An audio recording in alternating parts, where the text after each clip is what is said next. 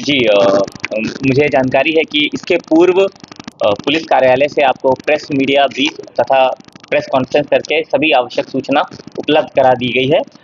घटना से हटकर मैं कुछ बिंदु बोलना चाहूँगा कि जिस प्रकार की हिंसा सीवान टाउन में हुई, किसी भी व्यक्ति को इस प्रकार की हिंसा करने का अधिकार नहीं है। और दूसरी बात है कि आत्मरक्षा का अधिकार सभी लोगों को है, चाहे आपको भी है, हमको भी है, और नागरिकों को सुरक्षा में लगे हुए पुलिस कर्मियों की। मैं तो यह भी कहूँगा कि यदि कोई आरोपित फायरिंग करके भागने का प्रयास कर रहे हैं, तो पुलिस का कर्तव्य है कि न्यूनतम आवश्यक बल का प्रयोग करके उनको सबड्यू करें, उनको गिरफ्तार करें और उनको न्यायालय के समक्ष पेश करें। तो सभी आवश्यक सूचना पूर्व में प्रेस ब्रीफ के माध्यम से शेयर की जा चुकी है, और भी इसमें शायद 2 अभियुक्त हैं, उनमें भी कांड अभी अनुसंधानरत है। जौहरी कार्रवाई में सर कितनी गोलियां लगी थी, पोस्टमार्टम में क्या कहता है? जी ये जानकारी पुलिस अधीक्षक कार्यालय से प्रेस मीडिया ब्रीफ में।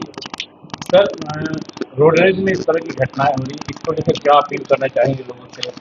जी रोड रेज के संबंध में 2 बातें मैं कहना चाहूँगा। एक तो सड़क पर जब भी यानी संयम से चलाएं और नियमों का पालन करें, और जो वाहन है वो एकदम संभव है कि बिना किसी पार्टीज की गलती के कारण भी गाड़ी सट सकती है, गाड़ी टकरा सकती है, और सभी गाड़ियां हो इंश्योर्ड होती हैं, तो तत्काल वहां पे तो रिपेयर संभव भी नहीं है। तो इस प्रकार की घटना से अपने जो यंगस्टर्स हैं, खासकर उनको जो बड़े बुजुर्ग हैं, वो समझाएं कि इस प्रकार का हिंसा करने से वहां पे तत्काल गाड़ी की मरम्मती तो संभव हो नहीं पाएगी। तो निश्चित ही ये सारी गाड़ियां इंश्योर्ड रहती हैं, उसका वो क्लेम इंश्योरेंस एक मुआवजा क्लेम कर सकते हैं, या उससे अधिक कुछ है तो सिविल सूट दायर करके अपना हर्जाना प्राप्त कर सकते हैं। ट्राइब्यूनल भी इसके लिए गठित है। तो किसी प्रकार इस प्रकार की सड़क पर हिंसा करने की या क्रोध दिखाने की आवश्यकता नहीं है, उससे केवल दोनों पक्ष का ही नुकसान होना है। तो हम लोग as responsible citizen road rage की घटनाओं पर प्रभावी नियंत्रण के लिए आवश्यक है कि जो भी चालक हैं या पैसेंजर्स हैं, वो सब इस बात को समझें कि सड़क पर एक्सीडेंट बिना किसी पार्टी की गलती के भी हो सकता है।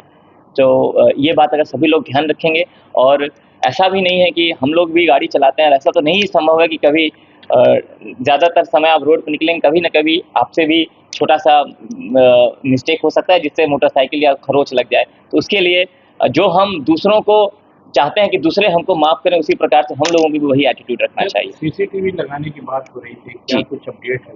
जी शहरी क्षेत्रों में विशेषकर नागरिक संस्थानों में सुरक्षा व्यवस्था सुदृढ़ करने के लिए पिछले कैबिनेट में जो बिहार लोक सुरक्षा प्रवर्तन नियमावली है, उसको मंजूरी कैबिनेट में दी गई है। उससे सभी लोक संस्थान जहाँ पे लोगों का आना जाना है, उनके पास एक सुव्यवस्थित सीसीटीवी सिस्टम उनको इंस्टॉल करना होगा। नोटिस जैसे ही उनको प्राप्त होता है जिला लोक सुरक्षा समिति का, तो लोक सुरक्षा समिति सभी संस्थानों में सीसीटीवी अधिष्ठापन के लिए कार्य करेगी। साथ ही जो नगर विकास विभाग या ट्रैफिक डिपार्टमेंट है, उसके लिए भी सीमान में सीसीटीवी अधिष्ठापन के लिए कार्रवाई की जा रही है। सर, रोड रेस में जो ये घटना हुई है, कहीं ना कहीं अवैध हथियार अगर नहीं होती तो इतनी बड़ी घटना नहीं होती। लगातार पुलिस प्रशासन या जिला प्रशासन काम करती है, बावजूद उसके अवैध हथियार पर अंकुश नहीं लगता है, जिसको लेकर के छोटी छोटी घटनाओं में गोली चल जाती है। तो ऐसे में सर क्या प्रिकॉशन लेना चाहिए और क्या कुछ जिला प्रशासन करने की कोशिश करती है? जी अवैध हथियारों की जहाँ तक जो हमारा बॉर्डर एरिया होते हुए तो क्रॉस नेपाल से भी नज़दीक है और यूपी से भी नज़दीक है, तो लगातार रात में पुलिस द्वारा सघन चेकिंग के माध्यम से